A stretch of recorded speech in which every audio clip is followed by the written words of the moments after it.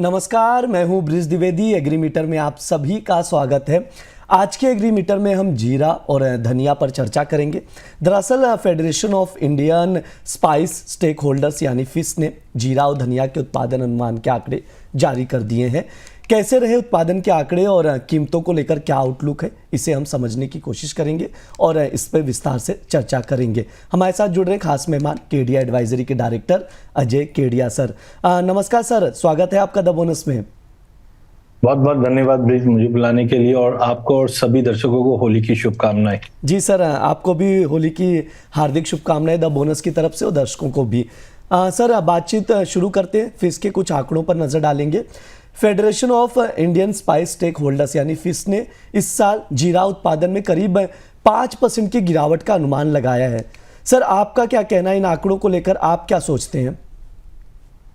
देखिए, कल मैं ये मीट में था भी यहाँ पे, और जो हमारा अनुमान था वो और इसका अनुमान दोनों ही मैच करता हुआ दिखाई दे रहा है।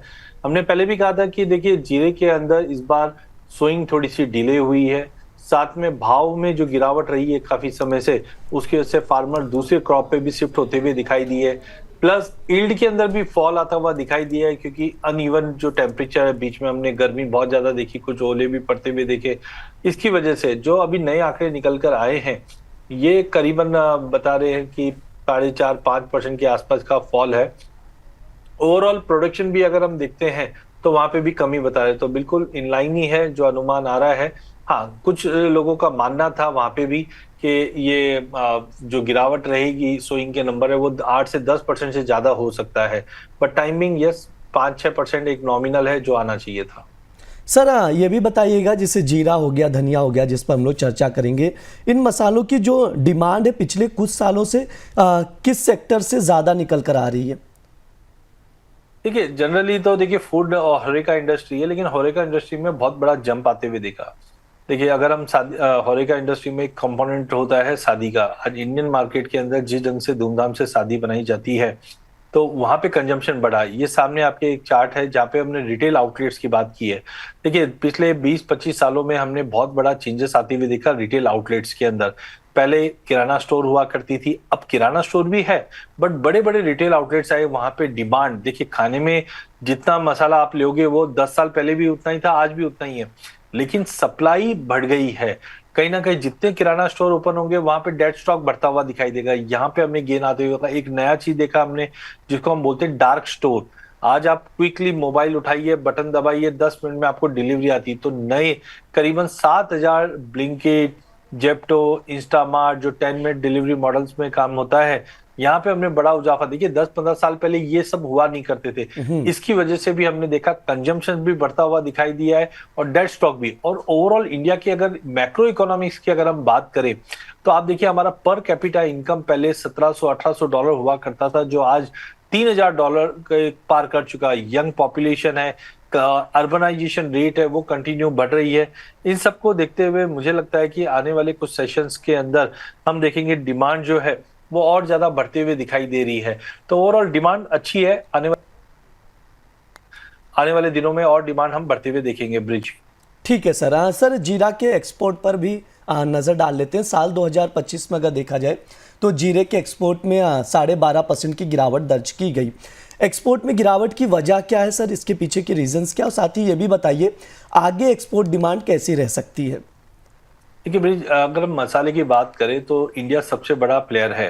ठीक है, जीरे के अंदर हम थोड़ा बहुत हम बोल सकते हैं चाइना है, सीरिया, तुर्की भी है, बट अभी भी मेजर प्लेयर में तो इंडिया ही आता है। कोविड के बाद जो कंजम्पशन पैटर्न है वो पूरा बदला है।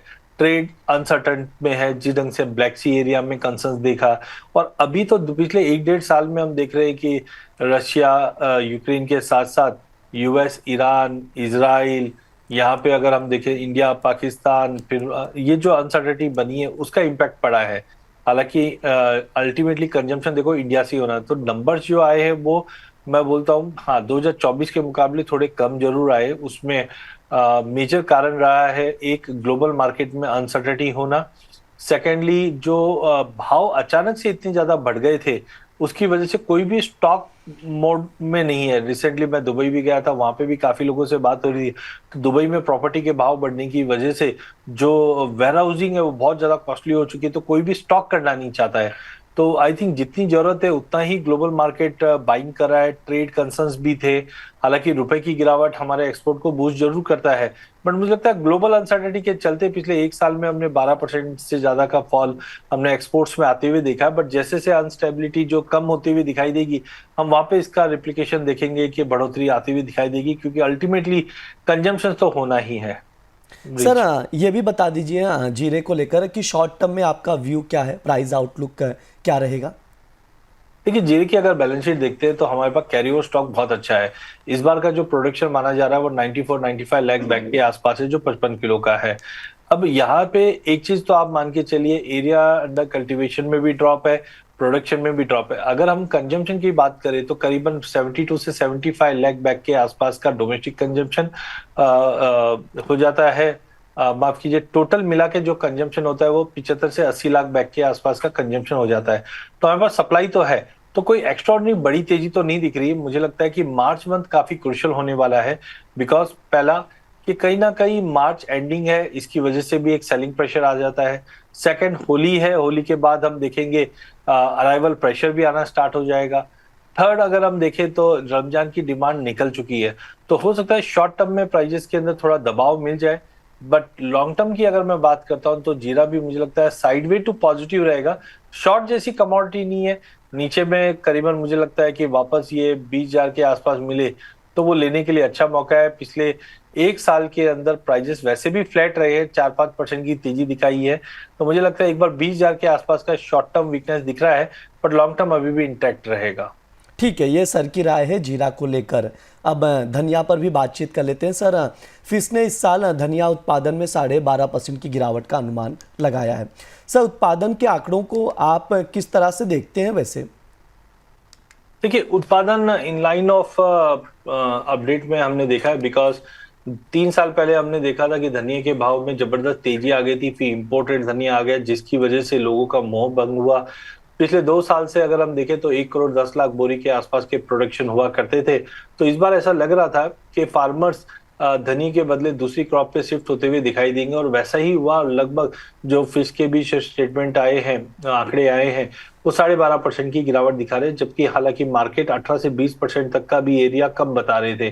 तो मुझे लगता है 12.5 भी है तो कहीं ना कहीं शॉर्टेज है, बिकॉज आप ये सोचिए, धनिया के अगर कंजम्पशन की बात करें तो कुल मिलाकर अगर हम देखें तो 1 करोड़ 50 लाख से 1 करोड़ 60 लाख बोरी का कंजम्पशन है। उसके अगेंस्ट अगर हम सप्लाई की बात करें तो ये साल का प्रोडक्शन लगभग 95 लाख बोरी का रहेगा। कैरी ओवर 20 लाख बोरी का भी अगर हम मानते हैं, 25 लाख बोरी का भी मानते हैं, तो करीबन 1 करोड़ 20 लाख बोरी के आसपास का टोटल सप्लाई रहेगा। उसके अगेंस्ट हमारा जो डिमांड है वो 150 रहने वाला। तो ये शॉर्टेज की वजह से मुझे लगता है कि धनिया बहुत ही बड़ी तेजी की तैयारी कर रहा है। हालांकि देखिए, इंपोर्ट ज्यादा करके हम ब्लैक सी एरिया से देखते हैं, रोमानिया बल्गेरिया, 2022 में भी ऐसा ही हुआ था कि वहां पे मार्केट का सेंटीमेंट खराब हुआ तो इंडिया में आके डंप कर गया। बट रिसेंटली हमने देखा कि गवर्नमेंट की सख्ती और जो जियोपॉलिटिकल टेंशन चल रहा है उसकी वजह से फ्रेट का भाव बढ़ना, ये सब धनिया पे इमीडिएटली मुझे नहीं लगता है कि इंपोर्ट का प्रेशर अभी लाता हुआ दिखाई देगा।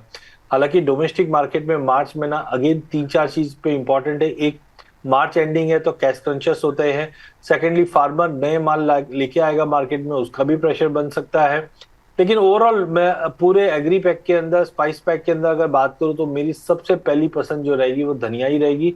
हो सकता है इस बार हम लोग करीबन 18,000 से 20,000 तक के भी लेवल धनिया में देख पाए। खाली मार्च मंथ मुझे लगता है कि जो जियोपॉलिटिकल टेंशन मिडिल ईस्ट में भी हुआ है उसकी वजह से भी सेंटीमेंट थोड़े खराब हो सकते हैं। बट कोई एक्स्ट्राऑर्डिनरी ऐसा नहीं है कि बहुत ही ज्यादा फ्री फॉल लाइक सिचुएशन बन जाएगी। आज भी अगर हम देखें धनिया एनसीडीएक्स के ऊपर तो करीबन फ्लैट ट्रेड कर रहा है 11,400। तो आनंद फान में हो सकता है 10,000 10,500 के आसपास का एक पुल बैक मिल जाए, इनके जो अनसर्टेनिटी बनी हुई है। बट कुल मिलाकर 13,500 14,000 का लेवल इमीडिएट रेजिस्टेंट रहेगा, क्योंकि पिछले 10-12 सालों में हमने 13,500 14,000 का जो लेवल है वो बहुत स्ट्रॉन्ग रेजिस्टेंस का रूप लिया है। एक बार भाव इसको तोड़ दे तो हम 18 से 20,000 का लेवल भी देख पाएंगे। बट कुल मिला के यस, धनिया सबसे फेवरेट कमोडिटी रही है स्पाइसेस के अंदर। सर धनिया के एक्सपोर्ट पर भी बातचीत कर लेते हैं। 2025 में अगर देखा जाए आंकड़ा उठाकर, तो धनिया के एक्सपोर्ट में करीब आधे % की मामूली गिरावट दर्ज की गई है। आपका क्या कहना है सर, आगे धनिया की एक्सपोर्ट डिमांड कैसी रहेगी? देखिए अगेन रोमानिया बल्गेरिया कंपटीशन रहता है, हम वहां से भी माल लेते हैं, बट कुल मिला के मुझे लगता है costing is more important. Domestic demand तो कंसिस्टेंट रहेगी। एक्सपोर्ट में मुझे लगता है रुपए की वीकनेस की वजह से हम लोग काफी कॉम्पिटिटिव है, बट मिडिल ईस्ट में जो रिसेंट कंसर्न है, यूएस के अंदर टैरिफ का कंसर्न था, यूरोप के अंदर आईपीएम का कंसर्न है, साउथ ईस्ट एशिया में भी हम देखें पेमेंट क्राइसिस है, चाहे हम बांग्लादेश की बात करें चाहे श्रीलंका की बात करें, तो इसकी वजह से थोड़ा सा सेंटीमेंट मुझे लगता है थोड़ा खराब जरूर है। बट डोंट एक्सपेक्ट कि बहुत ही ज्यादा क्रैश वैश जैसी सिचुएशन बन जाए।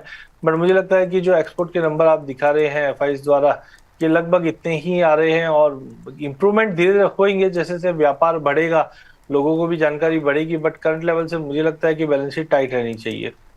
ठीक है, ये सर की राय है। आगे बातचीत बढ़ाते हैं। सर मौजूदा समय पर यह भी बताइए कि धनिया की घरेलू डिमांड कैसी है, और सर एक बार ना शॉर्ट टर्म में प्राइस आउटलुक भी बता दीजिएगा धनिया का। देखिए मुझे लगता है कि एज ऑफ नाउ धनिया स्ट्रांग है काफी ज्यादा। खाली मार्च मंथ का मुझे कंसर्न लग रहा है, क्योंकि यहाँ पे हो सकता है थोड़ा बहुत कंसर्न पड़े। एक्सपोर्ट के नंबर्स मुझे लगता है ठीक ठाक ही रहेंगे इस साल, जैसे जैसे चीजें सेकंड हाफ में रहेगी। प्राइस आउटलुक की बात करें तो मार्च मंथ में हो सकता है कि प्राइजेस में थोड़ा प्रेशर आ जाए, जो 10,500 10,600 का लेवल दिखा दे। बट शॉर्ट की सलाह कतई नहीं रहेगी यहाँ से। मुझे लगता है कि अगर आप 2 से 3 महीने का व्यू लेके चल रहे हैं तो 13,500-14,000 का ही व्यू लीजिए। लेकिन जैसे ही हम मानसून की अपडेट मई जून में देखेंगे, वो एक इंपॉर्टेंट ट्रिगर रहेगा। और हो सकता है कि अगर हम अगस्त सितंबर तक की बात करें और इंटरनेशनल इंपोर्ट नहीं दिखे, तो धनिया 180 का भी लेवल, मतलब 18,000 का लेवल भी हम अक्टूबर नवंबर में देख पाए। तो कुल मिला के पूरे मसाला पैक के अंदर धनिया मुझे सबसे टॉप पिक लगती है। सर ये भी बता दीजिएगा, ओवरऑल धनिया जीरा को देखा जाए तमाम मसालों को, तो मैक्रो डेटा क्या कह रहे हैं ये समझाइएगा। साथ ही ये भी बताइए कि मसालों की ग्रोथ कैसी रही है अब तक, और आने वाले समय पर कैसे देखते हो, कंजम्पशन को लेकर क्या आउटलुक है? देखिए इंडिया ग्रोइंग कंट्री है विद अ हायर पॉपुलेशन, तो यहाँ पे हमें मैक्रो डेटा बहुत बारीकी से देखना है। आज अगर आप जीडीपी देखें, वो भी अच्छी से हम लोग देखें, ग्लोबल मार्केट 2% पे भी रो रहे हैं, लेकिन हम 7% की जीडीपी ग्रोथ दिखा रहे हैं। जीएसटी का कलेक्शन आप देख सकते हो ईयर ऑन ईयर बढ़ा ही बढ़ा है, जो दर्शाता है कि लोगों का कॉन्फिडेंस बढ़ा है। कोई भी इंडिकेटर्स आप पकड़ लीजिए, सब है। लेकिन इसमें सबसे बड़ी जो ताकत है वो यंग पॉपुलेशन की है, और यंग पॉपुलेशन अब अर्निंग ब्रैकेट में आ रहा है, जिसकी वजह से राइजिंग मिडिल क्लास बढ़ रहा है। और अर्बनाइजेशन जिस ढंग से हैवीली बढ़ रहा है, इसकी वजह से 2 टायर 3 टायर सिटी में कंजम्पशन पैटर्न बिल्कुल चेंज हो चुका है, जो हम लोग इग्नोर कर रहे थे। जैसे से न्यूक्लियर फैमिलीज बन रही है, ये कहीं ना कहीं देखिए एक ज्यादा से ज्यादा घर बढ़ेंगे और किचन बढ़ेगी, तो कहीं ना कहीं मसाले हो चाहे एफएमसीजी सब में जाएंगे। अगर मुझे लगता है जो इंडियन इकोनॉमी पिछले 10 साल से जो स्पीड से बढ़ी है, अगर ऐसे ही बढ़ता जाए, तो मुझे लगता है जो कंजम्पशन स्टोरी होने वाली है अगले 10 साल में, वो बहुत ही ज्यादा बिगर होने वाली है। क्योंकि स्लोली एंड स्टडीली हम देख रहे हैं कंजम्पशन पैटर्न बहुत स्ट्रांगली चेंज हुए हैं और फॉलो कर रहे हैं वेस्टर्न वर्ल्ड को। तो यस, आई एम एक्सपेक्टिंग कि जीरे के अंदर धनिया के अंदर दोनों में कंजम्पशन पैटर्न चेंज हुए, जो भाव को और तेजी दिखा सकता है। ब्रिज। ठीक है, ये सर की राय है। ओवरऑल जो मसाला मार्केट है उसको लेकर जो सर की आउटलुक है, उसके अकॉर्डिंग आप लोग देखिए, मार्केट को ऑब्जर्व कीजिए। सर समय भी हो चुका है, डिस्क्लेमर। डिस्क्लेमर से पहले मैं व्यू देना थोड़ा सा मिस आउट कर गया था। तो धनिया इस वक्त 11,300 के करीब ट्रेड कर रहा है। मार्च मंथ में पेमेंट क्राइसिस या ईयर एंड या एक्सपोर्ट की मार, जो अभी जियोपॉलिटिकल टेंशन है, अराइवल है, इसको देखते हुए मुझे लगता है 10,500 10,400 तक का एक छोटा पुल बैक मिल जाए, उधर लेके चलिए। 2 से 3 महीने का व्यू लेके चलिए, आपको 12,500-13,000 का लेवल दिखेगा। लेकिन अगर हम अगस्त सितंबर देखते हैं, तो मुझे लगता है कि 13,500 का लेवल तोड़ने पे हम फेज मैनर में 16.5 से 18.5 का भाव भी देख पाएंगे। सबसे बेस्ट कमोडिटी धनिया निकलने वाली है। डिस्क्लेमर की बात करें तो मेरी पर्सनल कोई पोजीशन नहीं है, मेरे क्लाइंटों की हो सकती है। लेकिन जब भी आप कमोडिटी में निवेश करें, बिना सेबी रजिस्टर्ड फाइनेंशियल एक्सपर्ट की सलाह लिए बिना मत कीजिए, बिकॉज कहीं ना कहीं एक रिस्क भी है, लेकिन ज्यादा बड़ा नहीं है। जैसे इक्विटी में होता है वैसे ही कमोडिटी, उसके लिए स्टॉप लॉस भी है। बट ओवरऑल मुझे लगता है कि कमोडिटी बहुत ही अच्छा है, लेकिन जब आप गाइडेड थ्रू करते हैं तो ज्यादा अच्छा रिजल्ट्स आते हैं। जी सर, जी सर। बहुत बहुत शुक्रिया सर आज की चर्चा में जुड़ने के लिए। बहुत बहुत धन्यवाद ब्रिज, आपको और सभी दर्शकों को होली की शुभकामनाएं। जी सर, आपको भी हैप्पी होली सर। ये हमारा एग्री मीटर शो है। इस दौरान तमाम एग्री कमोडिटीज़ पर बातचीत की जाती है। इस बार जीरा धनिया जैसे मसालों पर चर्चा की गई। तो आप लोग भी ये शो ज़रूर देखिए और ज़्यादा से ज़्यादा लोगों तक वीडियो ज़रूर शेयर कीजिए। फिलहाल के लिए इस शो में इतना ही। आप लोग बने रहिए द बोनस के साथ। धन्यवाद।